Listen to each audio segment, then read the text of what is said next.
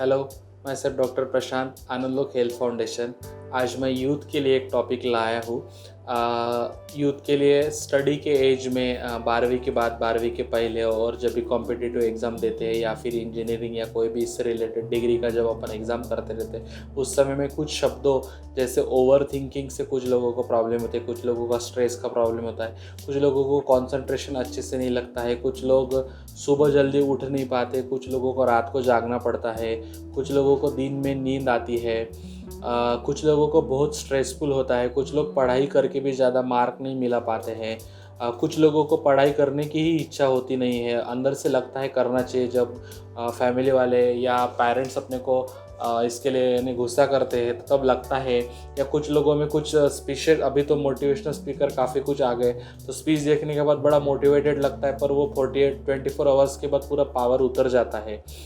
और इसके साथ साथ मैंने जो देखा है इतने साल से, स्पेशली कॉम्पिटिटिव एग्ज़ाम जब दे रहे थे तब उस समय में पेट में बहुत से लोगों के प्रॉब्लम मैंने देखे हैं। उसमें IBS कोलाइटिस जैसे जो है, और ये IBS कोलाइटिस यानी उसको बार बार मोशन होती है, कभी नहीं होती है, कुछ लोगों को एसिडिटी होती है, कुछ लोगों को यहाँ पे जलन होती है, कुछ लोगों को सर दर्द होते रहता है, कुछ लोगों के आँखों में पानी आता है,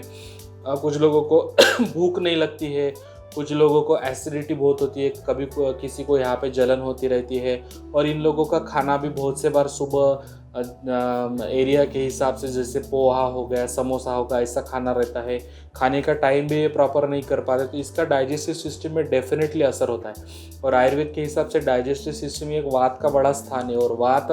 आयुर्वेदा में वात का डायरेक्ट रिलेशन ब्रेन से, और ब्रेन का रिलेशन फिर आपके कॉन्सेंट्रेशन में, आपका ओवर थिंकिंग में। और आपका ये अगर डिस्टर्ब हो जाए, आपका डाइजेशन डिस्टर्ब हो जाता है, आपका रूटीन, आपका डिसिप्लिन, आपका व्यायाम डिस्टर्ब हो गया है, आपकी बॉडी अलाइन नहीं है, आपका डाइजेशन बिगड़ा हुआ है, आपको IBS है, तो ओवर थिंकिंग डेफिनेटली आएंगे। और ओवर थिंकिंग से और स्ट्रेस से पेट पे भी, ये दोनों एक दूसरे को असर, विशियस साइकिल है, दोनों एक दूसरे को असर करने वाले हैं, जिसका असर लॉ ऑफ अट्रैक्शन के हिसाब से डायरेक्टली आपके एकेडमिक स्कोर पे होगा। आप अगर कॉम्पिटिटिव एग्जाम दे रहे हो और इतना आप स्ट्रेसफुल है,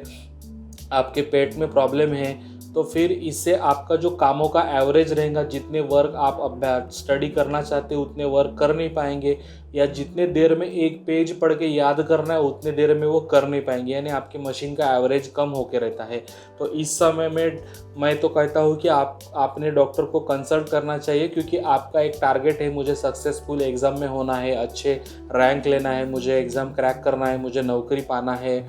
सो ये इफ़िशिएंसी जो गाड़ी का एवरेज बढ़ाने के लिए इन ऐसे चीज़ों में मैंने जो पूरा होलिस्टिकली जो देखा है, ज़्यादातर पेट बिगड़ना या ओवर थिंकिंग, स्ट्रेस, इसको हमारा एक वात के हिसाब से और पेट पे हम जैसे टारगेट करेंगे तो उसको, और कुछ मेडिटेशन की टेक्निक्स और कुछ मेमोरी की टेक्निक्स, इससे अपन पूरा एवरेज बढ़ा सकते हैं, उसको हेल्दी ला सकते हैं। और हेल्दी लाने से वो जो पढ़ाई करता है वो भी काफ़ी अच्छी क्वालिटी की कर सकता है, उसका एकेडमिक अच्छे से प्रोग्रेस होता है। मैंने देखा है कुछ पेशेंट में, कईयों पेशेंट में देखा है।